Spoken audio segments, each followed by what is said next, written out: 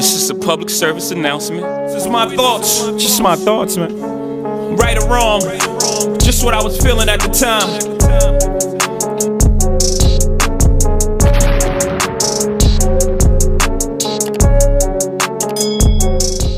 Yo, what's good? My name's Manny, and this is Manny's Thoughts On. Today I'm going to be doing an analysis on the Miami Heat versus the Boston Celtics Game 1, and kind of give a little bit of thoughts of how things can how they either stay the same or change in the future.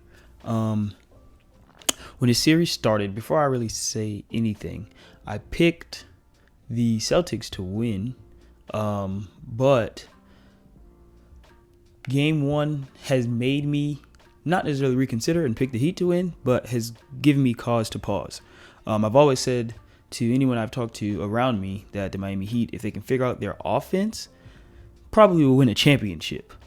This game did not show me any indication that they figured it out on offense, but it's hard to kind of judge. They didn't have Kyle Lowry out there, and having him out there is going to make a big difference in what I think would help them figure out how to score in a half court more consistently and with easier buckets. But speaking about that, that can get into my first point. One of the first notes I wrote down is that half-court defense for both of these teams is elite. Both teams have a pretty elite defensive connection. And when you have that, it makes it very difficult for teams to score in the half-court because everybody seems to be on a string. Everybody's locked in. Everybody's paid attention to what's going on. If you watch this game, there was a lot of that being showcased. It was very difficult to score in the half court for both teams. Both the Celtics and the Heat had to rely heavily on what I like to call off-schedule buckets. Off-schedule buckets is like you may call a play and there can be different options in those different plays or different sets. But each one, there's like a set schedule that you go towards. Like, okay, we're going to get Jason Tatum, try to get him going with these many different looks, or Jaylen Brown gets these looks. You're not specifically drawing up and planning for looks for Peyton Pritchard or for Daniel Tice or for Grant Williams even. Those guys get their buckets based on how the defense decides to play. Grant Williams, when the Bucks were there, as much as you could try to say, oh, they're planning for that, it's an off-schedule thing. You plan for Jason Tatum to win you the game, not for Grant Williams to win you the game, but if that's what the defense is going to give you, he has to make those off-schedule buckets. They did not get a lot of that today from the Celtics. They weren't really hitting any of those. Another thing that's off schedule is offensive rebounds and like scrambling and things like that. When you got to cause the defense to scramble a little, the defense is not planning to give up an offensive rebound. And so if they do, that's an off schedule bucket. It's a scramble. You may be able to kick out for a three or find a cutter, those different type of things. I feel the Heat were getting more of those than the Celtics were getting, and that contributed largely to why they were able to make that flip especially the third quarter, but in the second half in general. They were beneficiaries of a lot of off-schedule buckets. I watched the game in its entirety, but I'm going to be serious with you. I was very tired and didn't really watch as intently as I wanted to. So I rewatched it today, and missing Al Horford and missing Marcus Smart caused that defensive cohesion to have a lot more lapses than normal. Mainly showed up in transition defense, but I would have to go back over the Bucks and Celtics series or just over the Celtics in general to see if their transition defense was always an issue, even with Al Horford and Marcus Smart in the lineup. Whether that is or whether it's the case or not, today it was terrible. Their transition defense was terrible.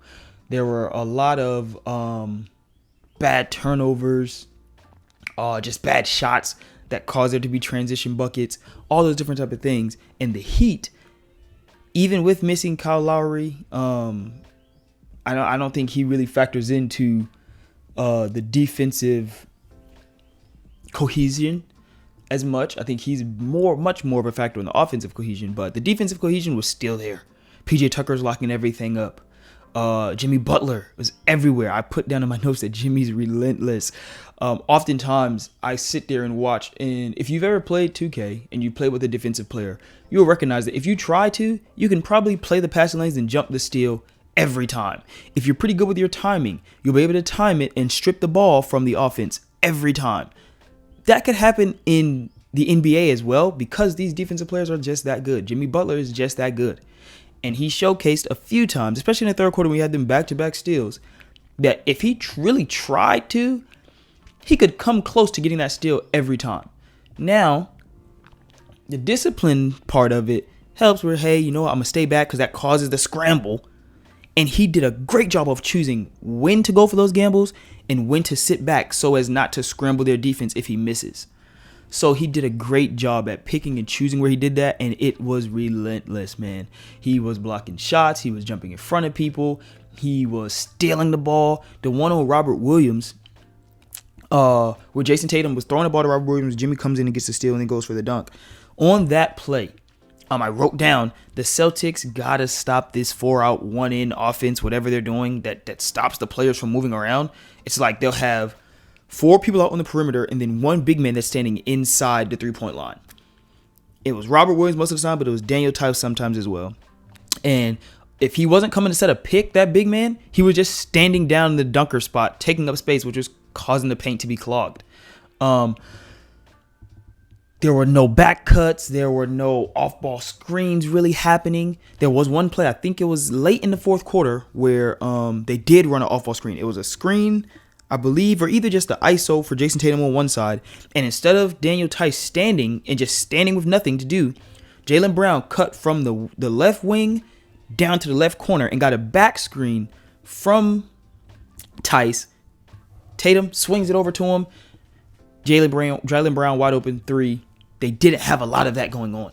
They were relying a lot of off the dribble shots, coming off a screen, trying to pull up for threes, or trying to get into the lane. But like I said, because there was 4 out and 1 in, the big was waiting in the paint every time. That's why it was so clogged. You were getting strips.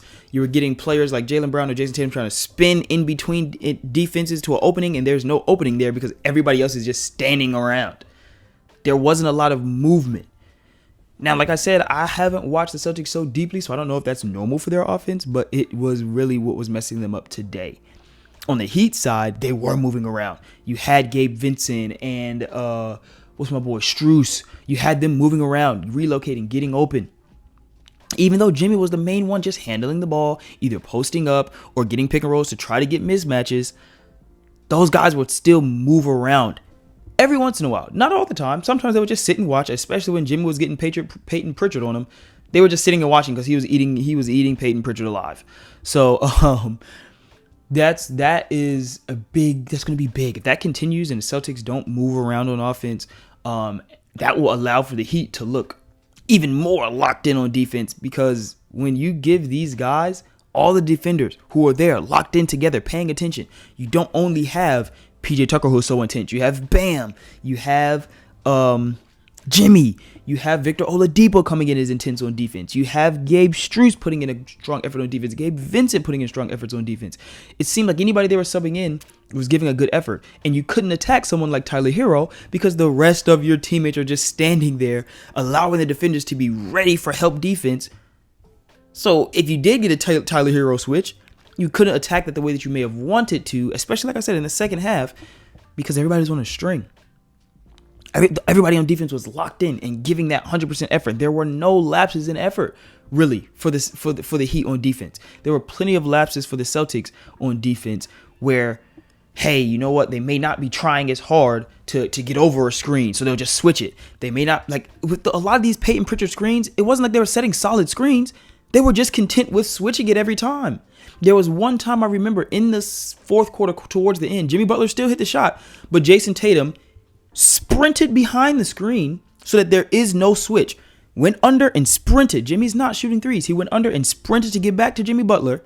Like I said, Jimmy was hot at that point and still hit the isolation post-up bucket over JT, but that's the effort that has to come from the jump.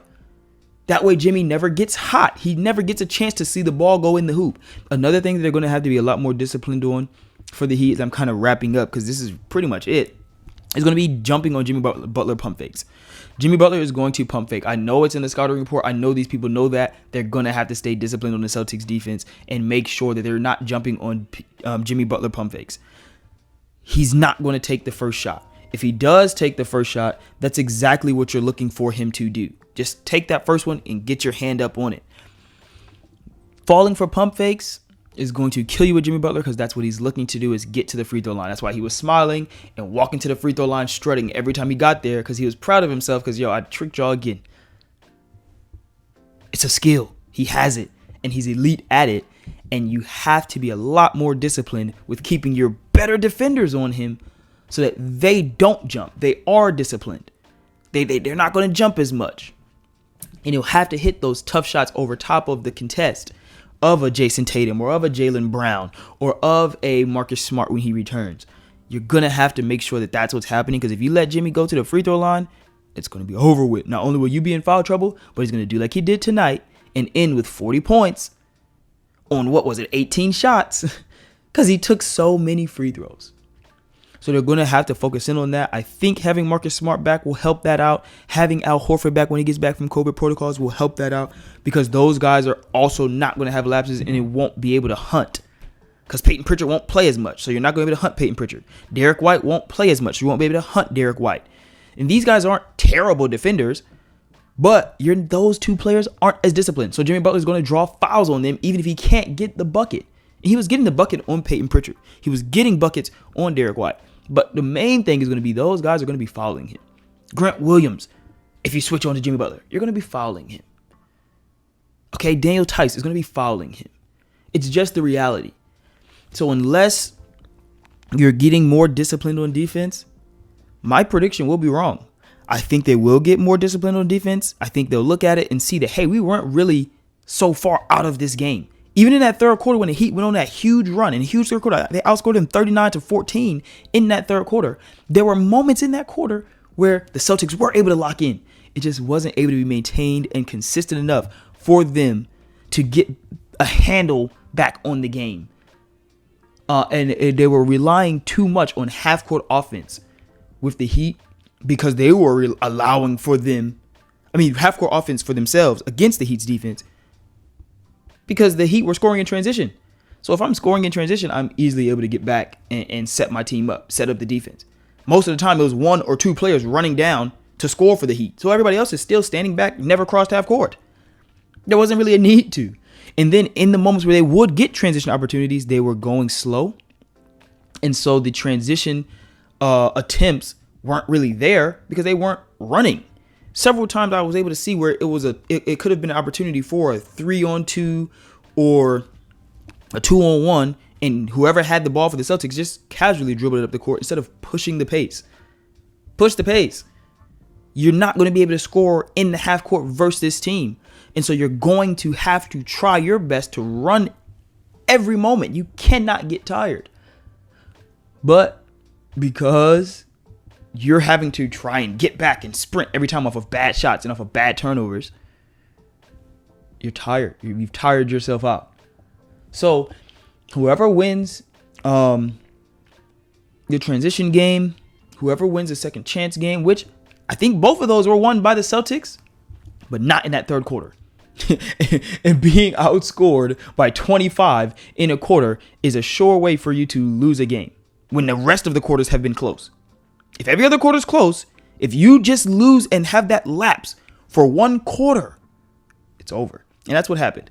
The Celtics had a lapse for one quarter because, if I'm not mistaken, they won every single other quarter of the game. Let me check it to be sure, but they were winning the other quarters. They won every other quarter of this game. 28-25 in the first quarter, 34-29 in the second quarter, 31-25 in the fourth quarter. But they had a 39-14 third quarter that killed them. That lapse in that third quarter is what caused this game to go the way of the Miami Heat. And I believe if they can avoid those type of lapses, of course, I do not think they'll get outscored by 25 plus again in any other quarter for the rest of this series. But they're going to have to avoid any lapses in their defensive aggressiveness, in their defensive intensity. And on offense, they're going to have to take advantage of off-schedule buckets. Whether that means scrambling for trying very hard to get offensive rebounds so the Heat defense is scrambling, or pushing the pace so that their defense isn't getting a chance to set up.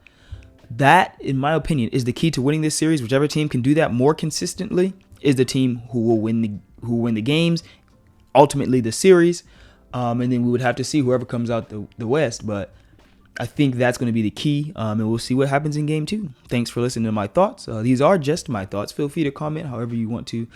Agree, disagree. At the end of the day, I want everybody to just understand and enjoy the game more. And from just a basketball fan standpoint, this was a very enjoyable game. I love watching defense. I love seeing defense. And I love when teams play with heart and effort. I think both of these teams have that. I think the Heat had it more consistently tonight, and that's why they have the win. At the end of the day, like I said, just keep enjoying the game and learning more about it.